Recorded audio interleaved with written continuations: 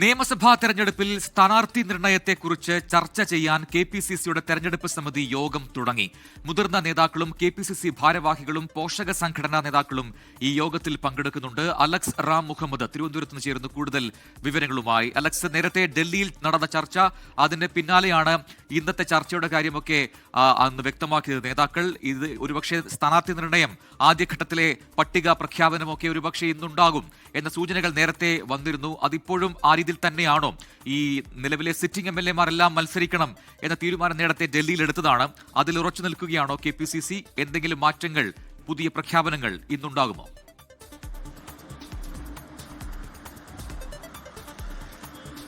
പ്രജൻ, നിയമസഭാ തെരഞ്ഞെടുപ്പിന് ഒരു മുഴം മുമ്പേ എറിയുകയാണ് കോൺഗ്രസ്. അതിനു മുന്നോടിയായാണ് ഇത്തരം സ്ഥാനാർത്ഥി നിർണയവുമായി ബന്ധപ്പെട്ട സജീവമായ ചർച്ചകളിലേക്ക് കോൺഗ്രസ് ക്യാമ്പ് കടന്നത്. ഇന്ന് കെപിസിസിയുടെ തെരഞ്ഞെടുപ്പ് സമിതി യോഗമാണ് കെപിസിസി ആസ്ഥാനത്ത് ചേരുന്നത്. അല്പം മുമ്പ് ഏതാണ്ട് 2:45 ഈ യോഗം ആരംഭിച്ചു. അതിൽ കെപിസിസി അധ്യക്ഷൻ ഈ യോഗത്തിന് നേതൃത്വം നൽകുന്നുണ്ട്. പ്രതിപക്ഷ നേതാവ്, മുൻ കെപിസിസി അധ്യക്ഷന്മാർ, മുതിർന്ന നേതാക്കൾ, ഒപ്പം MP-മാർ തുടങ്ങിയവർ, പ്രധാനപ്പെട്ട ഭാരവാഹികൾ തുടങ്ങിയവർ യോഗത്തിൽ പങ്കെടുക്കുന്നുണ്ട്. 30 അംഗ സമിതിയാണ് യോഗം ചേരുന്നത്. ഇതിൽ ആദ്യഘട്ട സ്ഥാനാർത്ഥി പട്ടിക പ്രഖ്യാപിക്കാൻ സാധ്യതയില്ല. ഇന്ന് അത്തരത്തിലൊരു രൂപം ഉണ്ടാകാൻ സാധ്യതയില്ല. പക്ഷേ പൊതുമാനദണ്ഡങ്ങൾ, സ്ഥാനാർത്ഥി നിർണയവുമായി ബന്ധപ്പെട്ട പൊതുമാനദണ്ഡങ്ങൾ ഉരുത്തിരിയും.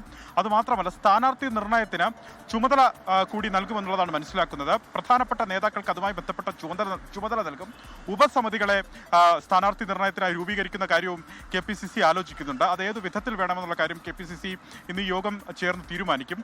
മറ്റൊരു പ്രധാനപ്പെട്ട കാര്യം, ആദ്യഘട്ടത്തിൽ, അതായത് ഫെബ്രുവരി 6 മുതൽ പ്രതിപക്ഷ നേതാവ് VD സതീശന്റെ കേരള യാത്ര ആരംഭിക്കുകയാണ്. അതിന് മുന്നോടിയായി തന്നെ ആദ്യഘട്ട പട്ടിക, സ്ഥാനാർത്ഥി പട്ടിക പ്രഖ്യാപിക്കാനാണ് കോൺഗ്രസ് തീരുമാനം. ആദ്യഘട്ടത്തിൽ പ്രഖ്യാപിക്കാൻ ഒരുങ്ങുന്നത് സിറ്റിംഗ് MLA-മാർ, ഒപ്പം സംവരണ സീറ്റുകളിലെ സ്ഥാനാർത്ഥികളെ ആയിരിക്കും ആദ്യഘട്ടത്തിൽ പ്രഖ്യാപിക്കുക. പക്ഷേ ചില സീറ്റുകളുടെ കാര്യത്തിൽ, തൃപ്പൂണിത്തുറ പോലുള്ള ചില സീറ്റുകൾ, അതുപോലെ ബത്തേരി, പാലക്കാട് പോലുള്ള ചില സീറ്റുകളുണ്ട്. ആ സീറ്റുകളുടെ കാര്യം അത് വീണ്ടും പുനരാലോചിക്കേണ്ടതുണ്ട് എന്നുള്ളതാണ്. കാരണം പാലക്കാട് രാഹുൽ മാങ്കൂട്ടത്തിന് പകരക്കാരനെ കണ്ടെത്തണം. തൃപ്പൂണിത്തുറയിൽ K ബാബുവിന് പകരക്കാരനെ കണ്ടെത്തണം. ഒപ്പം ബത്തേരിയിൽ IC ബാലകൃഷ്ണൻ തന്നെ തുടർന്നാൽ മതിയോ എന്നുള്ള കാര്യം ചർച്ച ചെയ്യുന്നുണ്ട്, സജീവമായി ചർച്ച ചെയ്യുന്നുണ്ട്. അതുപോലെ തന്നെ പെരുമ്പാവൂരിൽ എൽദോസ് കുന്നപ്പള്ളി തന്നെ തുടർന്നാൽ മതിയോ എന്നുള്ള കാര്യം ചർച്ച ചെയ്യുന്നുണ്ട്. ഇത്തരം ചില സീറ്റുകളിൽ ധാരണയാകേണ്ടതുണ്ട്. ആ ഒരു പൊതു കാര്യങ്ങൾ കൂടി ഇതുമായി ബന്ധപ്പെട്ട ചർച്ചയും നിരവധിയായ PR ഏജൻസികൾ ഇതുമായി ബന്ധപ്പെട്ട സ്ഥാനാർത്ഥികളുടെ ഒരു പട്ടിക തയ്യാറാക്കിയിട്ടുണ്ട്. ആ പട്ടികയും നേതാക്കൾ വെച്ചു നോക്കും. അതിനുശേഷമൊക്കെ ആയിരിക്കും അന്തിമ വിലയിരുത്തലുണ്ടാകുക. എന്താണെങ്കിലും ഇന്ന് ചേരുന്ന ഈ തെരഞ്ഞെടുപ്പ് സമിതിയുടെ ഈ പ്രധാനപ്പെട്ട യോഗത്തിന് തൊട്ടു പിന്നാലെ തന്നെ 3 ജില്ലകളുടെ യോഗം കൂടി ചേരുന്നുണ്ട്. തിരുവനന്തപുരം, കൊല്ലം, പത്തനംതിട്ട ജില്ലകളിലെ തെരഞ്ഞെടുപ്പ് യോഗങ്ങളാണ് ചേരുന്നത്.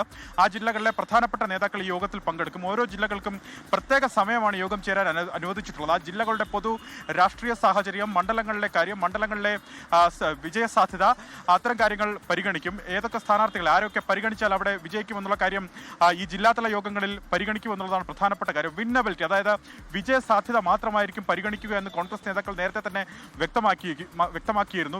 ഈ വിജയ സാധ്യത പരിഗണിക്കുമ്പോഴും മറ്റു സാമുദായിക ഫോർമുലകൾ, മറ്റു ഘടകങ്ങളടക്കം പരിശോധിക്കേണ്ടതുണ്ട്. അത്തരം കാര്യങ്ങളായിരിക്കും പൊതുവായി ഇന്ന് ചർച്ച ചെയ്യപ്പെടുക. ഇത്തരം സമിതികൾ വീണ്ടും, ഒരുപക്ഷെ ഈ തെരഞ്ഞെടുപ്പ് സമിതി യോഗങ്ങൾ തന്നെ വീണ്ടും ചേരാനുള്ള സാധ്യത കൂടി നിലനിൽക്കുന്നുണ്ട്. എന്താണെങ്കിലും ഈ കാര്യങ്ങളെല്ലാം ഇന്ന് ചർച്ചയാകും. ഈ യോഗം ഒരുപക്ഷെ നീണ്ടുപോകാൻ സാധ്യതയുണ്ട്. കാരണം ഈ ജില്ലാടിസ്ഥാനത്തിലെ യോഗങ്ങൾ കൂടി ചേരുന്നത് കൊണ്ട് ഈ യോഗങ്ങൾ നീണ്ടുപോകാൻ സാധ്യതയുണ്ട്. ഇതിൽ നേരത്തെ സൂചിപ്പിച്ചതുപോലെ ചുമതലക്കാരെ തീരുമാനിച്ചാൽ അത് പ്രധാനപ്പെട്ട വിവരമായി പുറത്തു വരും. എന്താണെങ്കിലും യോഗം പുരോഗമിക്കുന്നു. പ്രജിൻ, അലക്സ് റാം മുഹമ്മദാണ് വിശദാംശങ്ങൾ നൽകിയത് തിരുവനന്തപുരത്ത് നിന്ന്. ലോകത്തെവിടെയായാലും ഏത് സമയത്തും 24 വാർത്തകളും ഓഗ്മെന്റഡ് റിയാലിറ്റി പാക്കേജുകളും എക്സ്പ്ലെയിനറുകളും വിശദമായി കാണാൻ ഞങ്ങളുടെ YouTube ചാനൽ നിങ്ങൾക്ക് സബ്സ്ക്രൈബ് ചെയ്യാം.